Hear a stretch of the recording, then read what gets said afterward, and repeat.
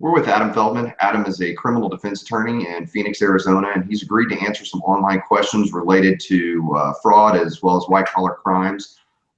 Adam, let's go ahead and go into the first question that was posted. This one's pretty generic. What is a white-collar crime? How do I know if I have been charged with this crime? Well, white-collar crime, there's no real definition of it. It's kind of a made-up name to help people feel better and think that what they've been charged with is somehow a little bit more sophisticated than other types of crimes, but the notion of white-collar crime includes everything from forgery, theft, fraud, embezzlement, but it can get as quote-unquote blue-collar as some of the violent crimes if they're associated with these things. So there's no real definition to white-collar crime. It's just they tend to be more of the computer-based or fraud-based crimes. And how do you know when you've been charged with one? Well, you don't really know until you're in it, but odds are, by virtue of what the charge is, you should understand kind of where the charge is coming from. So for example, if I was charged for something that had to do with me stealing funds from my business, that tends to be classified as white-collar crime. Okay, next question. What does RICO mean? And how do I know if I've been charged with that? So RICO is, that's a much more specific question. Now, RICO is the Racketeer Influenced and Corrupt Organization Act. It's a federal law that basically was geared towards these big corporations or these big groups that were doing illegal acts. And so it's this federal law, but still the states have incorporated the law in many different ways throughout their statutes. So how do you know if you've been charged with RICO? Well, if it's a federal case, you're going to know because it'll be stated right there in the indictment. If it's a state case, however, it kind of goes along with that whole white-collar offense type of thing. There's no true RICO claim, but there are a series of charges that we would find in the statutes that will have these RICO effects, in the sense that if you're convicted, you'll have to pay money towards the RICO fund, is what we say. But that's the best way to describe or to respond to that question. Okay. Does the amount of money stolen matter? The answer is yes. So with these RICO type offenses or white collar offenses, you think of a theft. It's not really walking up to somebody and stealing their wallet or anything like that. It tends to be a larger form of forgery or fraud. You're stealing credit card information. You're stealing people's personal information and somehow using it or selling it, or embezzling funds from a business.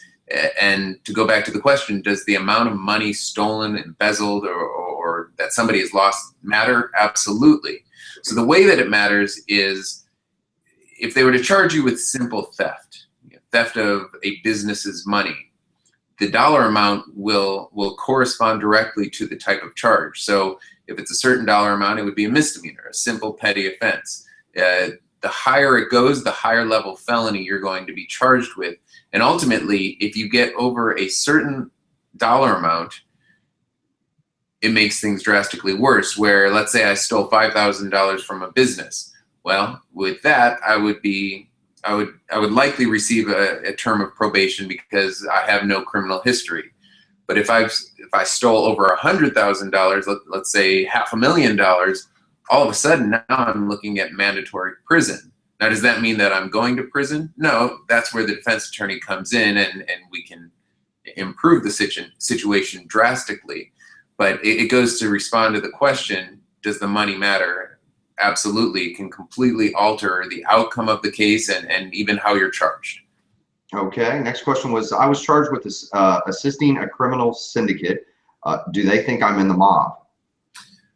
It's a good question, and it's a question I hear a lot. So the way it works is this: criminal syndicate can mean anything. It could be the mob, it can be the cartel, it can be a group of 5 kids who decided to band together for the purpose of burglarizing homes. So a criminal syndicate is really nothing more than a group of people who have sought out to engage in some criminal activity.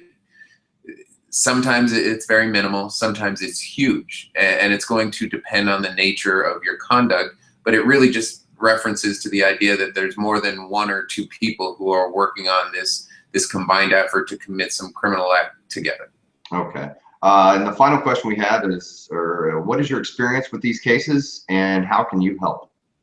Okay, so when it comes to experience, I've handled lots of different cases, whether they're white collar or not, but all somewhat related. So when you're talking about white collar, we're not just talking about business, or maybe the business is not just what you think. So I've worked with, Mexican cartel, I've worked with Mexican mafia, I've worked with, different types of syndicates that have been charged with quote unquote white collar offenses. On the flip side, maybe the cleaner side of things, I've represented people who worked at huge companies who were embezzling hundreds of thousands, if not millions of dollars from their corporation. And in doing so, I've represented all of these different types of people in their cases very successfully.